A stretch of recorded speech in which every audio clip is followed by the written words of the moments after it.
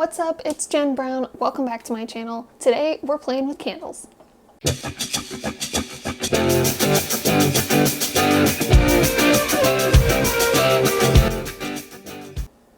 I am a huge candle lover and I hate when something goes wrong with the wick and you end up with like a bunch of wax left at the bottom of your candle, and you hate to throw it out because it's a huge waste, especially when they're your favorite scents. So I've been saving up my spare / leftover candles for actually about a year and a half now. I kind of didn't mean to let it go that long, but it ended up working out really great.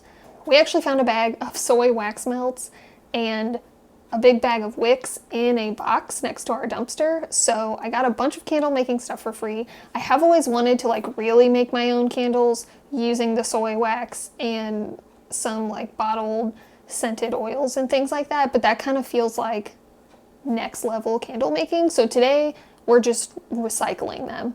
Okay, so here I've got all my candles kind of laid out. I've divided them by scents that go together. This pine tree one is going to be its own. I've got all these like pumpkin-y-ish scents, some citrusy summer ones. Then these are all going to be like the jars that I've used.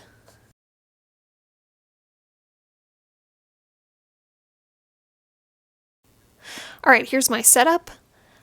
You're going to need a jar that you can pour the melted wax into if you're going to mix all of the scents together. If you're just going to do it in stripes, you could pour it directly into your new jar. But for some of these, I just mixed it all together, so that's why I have this extra jar.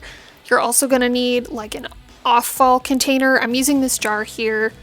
You could use an old tin can or just something like that, but something to like when you scoop out the old wicks or the chunks of charred wick, just to discard those into. Then obviously you're going to need something to kind of double boil these in. I would recommend not using a pan or a pot that you cook with. We use this one for just like craft stuff like this. I actually managed not to get any wax in the water here, but just to be on the safe side, I wouldn't use something that you cook with. And this one is actually nice and big, so I can do multiple candles at once, but you definitely don't need something this big. So to get started, I'm going to be cleaning out some of the jars that I want to pour my new candles into. So that's what I'm going to do first. And I'm just heating up this water, not incredibly hot, I would say somewhere around medium to low. And these first few are going to be really easy. I'm just trying to melt out the excess wax and get the wicks to kind of come unstuck. And a lot of these that have like charring on them, it's just ash, though that just all needs to get wiped out. Now we can get started actually melting our wax. These are all going together in this kind of Christmassy scented one. I have an aromatherapy like vanilla and sandalwood, this cheesecake scented one, and then a clove scented one. I thought those would all kind of go together, hopefully. While those first ones are melting, I'm going to get my jars ready to go. This is the bag of wicks I found. I have no idea how much this costs. Like I said, I just found it for free, so. To get your wick to stay put in your jar, all you need to do is put just a little dab of hot glue onto that metal piece and glue it into the bottom so that it stays put and doesn't start to float around when you pour the wax in it. Then get something, you could use pencils, I just happen to have these little coffee stirrer sticks, to wrap the wick around just to make sure it doesn't fall. And that's all you need to do to set it up.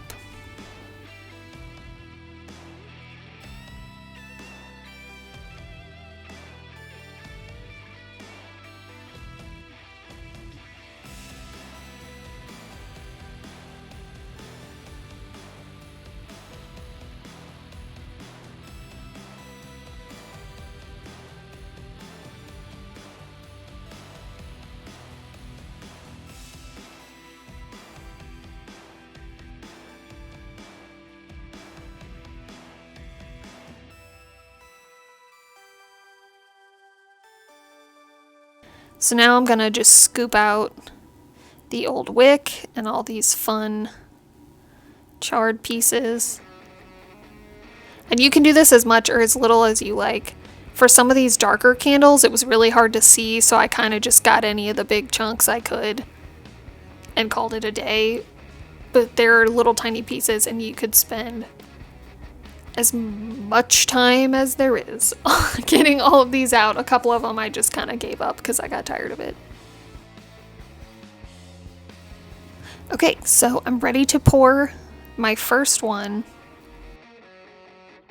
And then all I'm gonna do is pour all my melted wax into my little jar.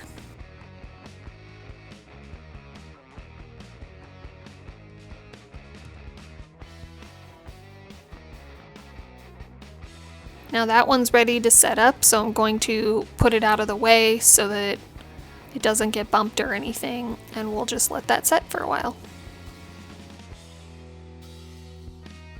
This is for my citrus scented ones that are more for summer. I think I'm going to try doing a layered one with this. So we'll get all these melted down.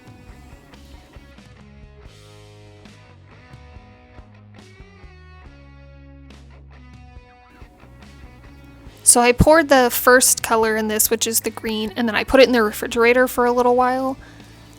I'm gonna try doing the yellow next, and I'm trying to use this spoon like they do on royalty soaps to try to keep the wax from breaking the surface. It still did a little bit. I think I should have just been more patient and waited for the green to totally set up before I poured the yellow in, but this jar is opaque, so you can't even tell that it's stripes anyway, so that's alright. So I let that set up for a while I melted a few other ones.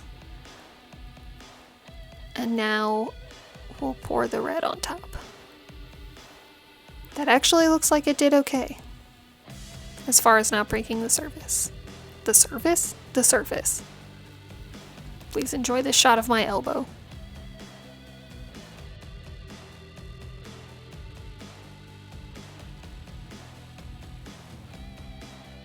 This one took the longest. I had the most of these kind of pumpkin-y scented candles. So this one I just mixed all together, and there was actually too much of it. So I had just a little bit left that had to go in its own little jar.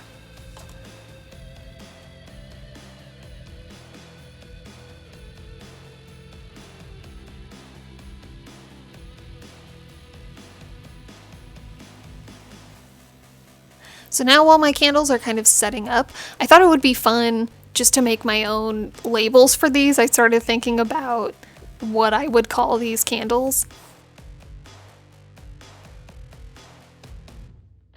This is actually sticker paper that we have a bunch of.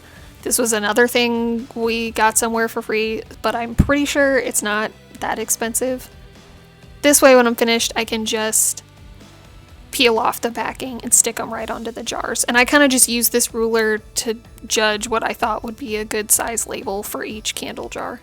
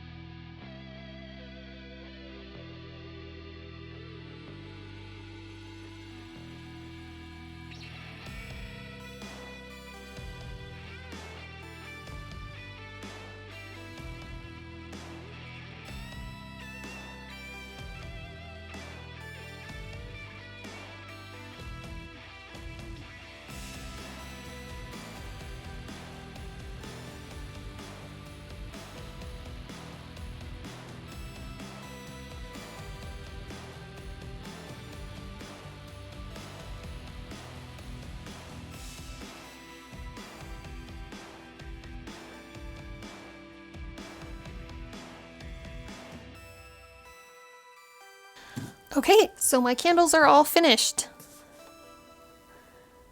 This one with the lid feels super legit. It might be my favorite, and it might also be my favorite scent just because I like pumpkin scented things. So this one's just called Vague Pumpkin because there's, I don't know, 4 or 5 different combos of different pumpkin smells. So this one you can see where there was a lot of ash left over, but like I said earlier, when it was melting, it was so dark that I just couldn't see it. This one's called Brown Christmas, which is funny because the candle is brown. It was a lot darker brown when it was melted, but also because my last name's Brown, so every year is a brown Christmas. This one actually, I don't know why they do this. If anybody makes candles for real, if you can explain that to me, but some of them sink in the middle around the wick. This one actually did it a lot. That's like a super deep air pocket hole that honestly could maybe be filled with that leftovers, with the leftovers that I had to pour in that other candle, but I don't really know why they do that. So if anybody knows, feel free to let us know in the comments. This one's called Citrus Overload, just because it has a lot of different citrus flavors going on in it. Flavors? Scents. This one kind of, just this top layer sort of like peeled away from the jar a little bit, which I don't really know what's up with that.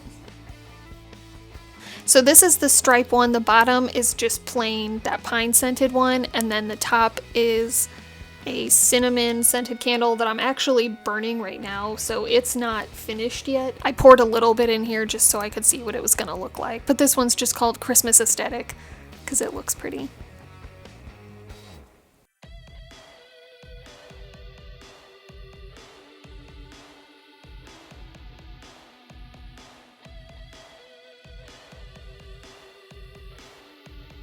So there you've got DIY candles. I had a lot of fun doing these. I think especially these ones that are in like the nicer jars turned out really cool. I had a really good time making the labels. I actually, like, I posted about these online and I think a bunch of people thought I was actually making candles because I made all the scent names like to be a joke, and I think everyone took me seriously. So maybe if I do actually make up my own scents with essential oils or whatever else I can find to scent candles with, maybe I will have my own line of funny named candles that I can give to people or sell or something. But for now, this was really fun. It was a really great way to kind of use up the old candles and make some scents of my own.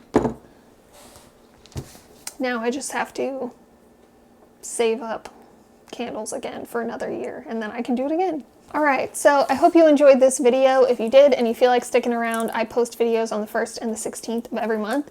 Thank you so much for watching, and I'll see you next time.